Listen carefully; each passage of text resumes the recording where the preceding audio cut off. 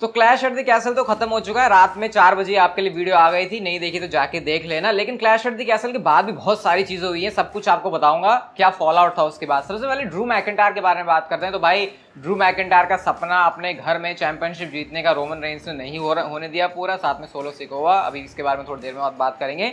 लेकिन Drew McIntyre का reaction क्या था वो तो हमने देख ही लिया था पता नहीं क्या कर रहे थे भाई क्लैश एट द कैसल के बाद, मुझे तो समझ नहीं आया। लेकिन ट्विटर के ऊपर ड्रू मैकिंटायर का क्या कहना है आप लोग इस ट्वीट के अंदर देख सकते हो, जहां पर फोन में देख रहा हूं मैं अपने, जहां पे वो कहते हैं कि I give everything, I always do, I always will, thank you, साथ में जो है दिल वाली इमोजी और उन्होंने कैसल लिखा हुआ है। तो सिंपली यहाँ पे ड्रू मैकिंटायर कह रहे हैं भाई मैंने तो अपना सब कुछ झोंक दिया, अब उसके बावजूद भी जो चीजें हैं वो नहीं गई ड्रू मैकिंटायर के फेवर में, तो भाई क्या ही कर सकते हैं। तो ये सिर्फ सिंपल सा रिएक्शन था ड्रू मैकिंटायर का। सही बताऊं बहुत ही लुच्चू पुच्चू रिएक्शन है ड्रू मैकिंटायर का। ये तो चलो छोड़ो, सिर्फ इतना अगर कहते तो सही चलता। वो क्लैश एट द कैसल के बाद जो हुआ वो मुझे बिल्कुल सही नहीं लगा। बाकी आप क्या कहना चाहोगे इसके बारे में मुझे बताना कमेंट सेक्शन के अंदर। क्लैश एट द कैसल की अटेंडेंस की बात करते हैं तो डब्ल्यूडब्ल्यूई ने अनाउंस की 62,296, 62,296, और एक्चुअल में अटेंडेंस भी इतनी है। मतलब विंस मैकमैन जब कंपनी के अंदर हुआ करते थे तो जो नंबर्स हैं उसको काफी एग्जैजरेट करते थे। अगर 62 है तो भाई आराम से आप मान लो 10% तो कहीं नहीं गए, विंस मैकमैन आराम से बढ़वा के कहते थे, मतलब इसीलिए क्योंकि हाँ अच्छा उनका नाम हो। लेकिन ट्रिपल एच के आने के बाद से ऐसा पहली बार दिख रहा है कि जो अटेंडेंस है वो अब ऐसे की ऐसी है जैसे कि थी। तो इसका मतलब कि आप एक्सपेक्ट कर सकते हो कि जो डब्ल्यूडब्ल्यूई अटेंडेंस बोलेगी एक्चुअल में वही नंबर्स हैं। मतलब 50-100 का फर्क आ सकता है कि भाई इतने जब बड़ा नंबर है तो कहीं से कुछ हो सकता है डब्ल्यूडब्ल्यूई एक्यूरेट हो। लेकिन हाँ अब जो आपको नंबर्स हैं वो कहीं ना कहीं अच्छे और सही देखने को मिलेंगे। बात करते हैं ब्रे वाइट के बारे में, द फील्ड के बारे में। मैंने आपसे बोला था वैसे कि अगर ब्रे वाइट आते हैं तो मैं डेयर करूंगा, एंड ब्रे वाइट आया ही नहीं। रिपोर्ट्स हमने इतनी ज्यादा सुनी थी ब्रे वाइट के बारे में, लेकिन वैसा कुछ हमको क्लैश एट द कैसल के अंदर नहीं देखने को मिला। डिसअपॉइंटमेंट जरूर होगी, सबकी होगी, बनती भी है। बट ब्रे वाइट का क्या रिएक्शन है या क्या है पता नहीं। ये जीआईएफ उन्होंने पोस्ट की हुई है जहां पर ये कुछ ऐसा है कि जैसे अगर आप कुछ ऐसे बात करो कि जैसे ऊपर से कोई तेज सी रोशनी है जो कि ब्रे वाइट की तरफ देख रही है, इस इंसान की तरफ देख रही है, और ये इंसान उसकी तरफ खींचा चला जा रहा है पता नहीं क्या है। अभी पता नहीं ब्रे वाइट की मतलब ब्रे वाइट की चीज़ों को डिकोड करना तो इम्पॉसिबल ही। वो बंदा कब क्या कहना चाह रहा है उसके बारे में आप कभी भी कुछ ना जान सकते ना समझ सकते। तो ब्रे वाइट ने 4 घंटे पहले ये जो जीआईएफ है उसको डाल दिया, पता नहीं इससे क्या समझे। अभी चलो क्लैश एट द ये नहीं है कि ब्रे वाइट डब्ल्यूडब्ल्यूई के अंदर नहीं आएंगे, रिपोर्ट्स के अकॉर्डिंग उनका आना डब्ल्यूडब्ल्यूई के अंदर तय है। इवन उन्होंने ट्रिपल एच ने खुद अपने इंटरव्यू के अंदर इस बात को मैसअप कर दिया कि मेरे को अच्छा लगता ब्रे वाइट के साथ काम करना, जबकि उनको बोलना चाहिए था करना था। मतलब उन्होंने प्रेजेंट फॉर्म यूज कर दी जबकि यूज करनी थी पास्ट। लेकिन समझ जाओ आप लोग इससे। तो मंडे नाइट रॉ का वेट करो या फिर अगले हफ्ते का। अब वैसे भी ट्रिपल एच अनएक्सपेक्टेड जगह पर रिटर्न करेंगे, ये बात मैं आपको पहले से बता चुका था। नहीं आया ब्रे वाइट, अब क्या ही कर सकते हैं। अब ये इसके बारे में ज़्यादा था, मैं आपको फिलहाल यही बता सकता हूँ।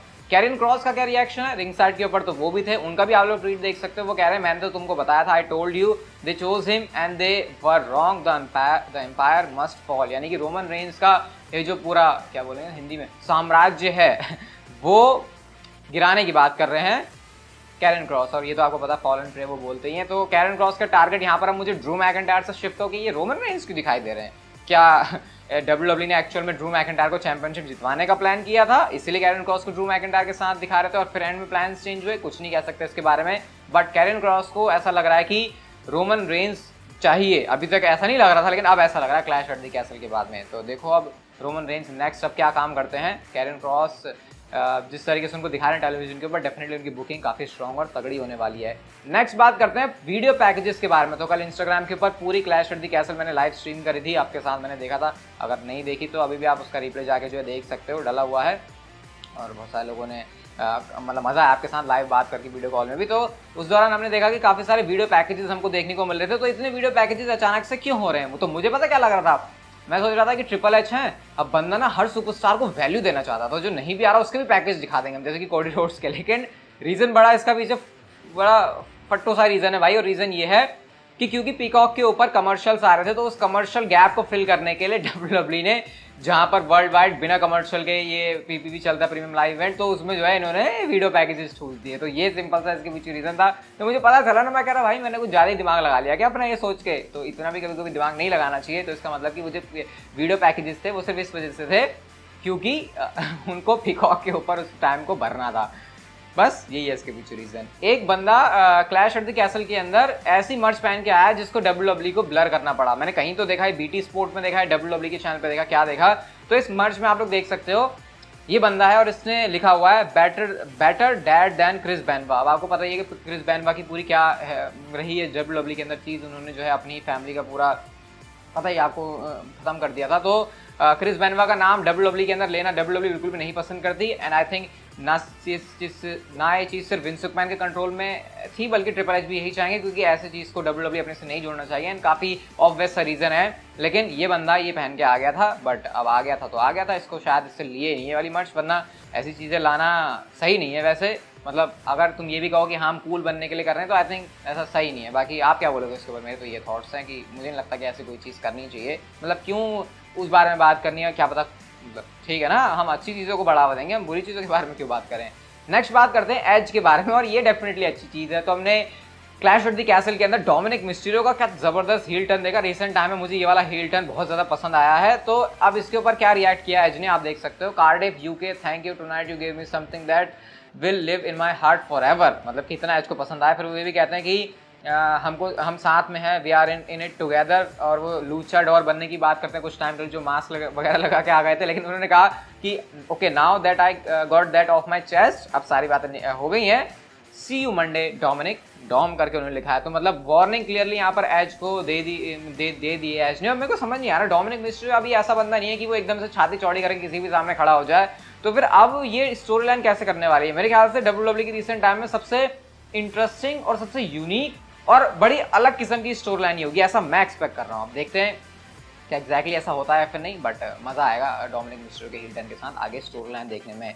Roman Reigns and Drew McIntyre के मैच की बात करते हैं, तो क्या WWE टीज कर रही है कि रोमन रेंस एंड रॉक का मैच होगा? तो पहले तो मैं आपको बताता हूँ, ट्रिपल एच ने वो जो BT स्पोर्ट के साथ एक पूरा इंटरव्यू दिया था क्लैश एट द कैसल से पहले, उसको 1 घंटे का है वो, मैंने आपको कहा था, उसकी बात मैं आपको बताता रहूँगा आने वाले टाइम में वीडियोस के अंदर। वहाँ पे रॉक के बारे में ट्रिपल एच ने ये कहा था कि भाई मैंने एक बड़ी सी फोटो देखी थी रॉक की, जो कि शायद वो कैसल में आया था, कहीं तो आए थे कुछ टाइम पहले, 4 साल पहले की बात है, कैसल का 4 साल पहले की बात है। तो वहाँ पे बड़ा सा रॉक का पोस्टर लगा हुआ था, और रॉक बॉटम हिट करने से पहले मैंने क्लोजली जाके देखा कि रॉक के गूज़बम्स आए हुए थे, उनके रोंगटे खड़े हुए थे। तो उन्होंने ये वाली पिक्चर ऐसे क्लिक करके रॉक को भेजी, और उन्होंने कहा भाई तो कितने हॉलीवुड कर ले, ऐसे गूज़बम्स तेरे को सिर्फ WWE के अंदर आ सकते हैं। रॉक ने इस बात पर एग्री किया था। फिर यहाँ पे जब रेसलमेनिया 39 की उन्होंने बात करी, तो वो कहते हैं कि सारी चीज़ें उन्होंने रॉक के ऊपर डाल दी कि हम तो तैयार ही हैं, ट्राइबल चीफ बैठा हुआ है, मतलब उन्होंने सीधे सीधे ही बता दिया कि अगर रॉक आ रहे हैं तो ऑब्वियसली रोमन रेंस के लिए आएंगे। तो उन्होंने कहा ट्राइबल चीफ बैठा हुआ है, तो आके जो है आ सकता है यहाँ पे। तो और हाँ, मैं ये क्यों बता रहा हूँ, क्योंकि Roman Reigns and Drew McIntyre के मैच में रॉक बॉटम हिट किया, ऐसा करके माइकल कोल ने बोला था, जो कि वैसे यूरिन आगे ज़्यादा था, लेकिन उसको रॉक बॉटम करके उन्होंने बोला। तो समझ लो क्या WWE इससे आगे बताना चाह रही है। वैसे रॉक के शेड्यूल के ऊपर सारी चीज़ें डिपेंड करती हैं, अगर वो उनको अलाउ करता है तो डेफिनेटली रेसलमेनिया 39 में रोमन रेंस एंड रॉक का मैच हो जाएगा। एंड अभी तो रोमन रेंस के पास चैंपियनशिप भी है, तो फिर ऑब्वियसली वो होगा चैंपियनशिप के लिए। आज की नेक्स्ट एंड फाइनल स्टोरी की बात करते हैं। नहीं अभी एक चीज़ और बाकी है, रोमन रेंस की प्रेस कॉन्फ्रेंस बताता हूँ। तो ये मुझे बड़ा अच्छा लगा कि WWE अब शोज के बाद प्रेस कॉन्फ्रेंस कर रही है। यूजुअली इस चीज़ को अवॉइड किया करते थे विंस मैकमैन, लेकिन प्रेस कॉन्फ्रेंस पे ट्रिपल एच आते हैं, इन सारी चीज़ों के बारे में कर लेंगे बात। लेकिन रोमन रेंस से यहाँ पे जो इंटरव्यूअर है, एलेक्स है उनका नाम, काफ़ी डिजिटली भी ये पॉपुलर हैं, तो उन्होंने पूछा कि भाई इतना बड़ा क्लैश एट द कैसल था, तुम्हारा क्या कहना? तो रोमन रेंस ने कहा भाई तू क्या बातें कर रहा, तो मुझे एक्नॉलेज कर, और माइक पे रख के वहीं से प्रेस कॉन्फ्रेंस से बिना कुछ क्वेश्चंस का आंसर किए रोमन रेंस सैवेजली वहाँ से चले जाते हैं। तो ये कैरेक्टर में स्टिल रहना प्रेस कॉन्फ्रेंस के अंदर यूजुअली सुपरस्टार्स करते नहीं है, लेकिन रोमन रेंस अपने कैरेक्टर को उस लेवल पर पहुँचा चुके हैं कि जहाँ पर वो इस तरीके की चीज़ें कर रहे हैं। तो मज़ा आया इस चीज़ को देख के। ये था बस, चाहे तो आप उस प्रेस कॉन्फ्रेंस को देख भी सकते हो। आज की नेक्स्ट एंड फाइनल स्टोरी की बात करते हैं, तो सोलो सिकोआ रोमन रेंस की जोड़ी बन गई क्लैश एट द कैसल के अंदर। काफ़ी टाइम से इसके रूमर्स आ रहे थे, हालांकि क्लैश एट द कैसल से पहले ज़्यादा रूमर्स नहीं थे इस बात के, हर कोई बात कर रहा है ब्रॉन स्ट्रोमैन के बारे में, ब्रे वाइट के बारे में, लेकिन आ गए सोलो सिकोआ। तो अब प्लान क्या है आगे इनको लेके? तो भाई सिंपल सा ये प्लान है कि WWE सोलो सिकोआ और रोमन रेंस का मामला आगे कंटिन्यू करने वाले मेन स्टोरी लाइन के अंदर, मेन रोस्टर के ऊपर, और जो कॉल अप है सोलो सिकोआ का वो क्लैश एट द कैसल में रोमन रेंस के साथ रोमन रेंस के मैच में इंटरफेयर करने से, या फिर कह सकते हैं मेन रोस्टर में डेब्यू करने से हो चुका है। तो आपको ये जो साथ में देखने को मिलेंगे, साथ में ऊसोस भी हैं। आई थिंक ये रीज़न है कि ऊसोस और पॉल हेमन को साइड में रखा हुआ था, क्योंकि सोलो सिकोआ को उनको लॉन्च करना था। तो अब आगे जाके ब्लड लाइन जो है और बड़ी हो गई है, and solo Sikoa and Roman Reigns करने वाले हैं साथ में कंटिन्यू। इसका मतलब कि अब और भी ज़्यादा प्रोटेक्शन रोमन रेंस की अनडिस्प्यूटेड चैंपियनशिप को। आज की वीडियो ये तक कितनी अच्छी लगी तो like share subscribe, notification bell को ऑन कर दो, and see you guys in my next video.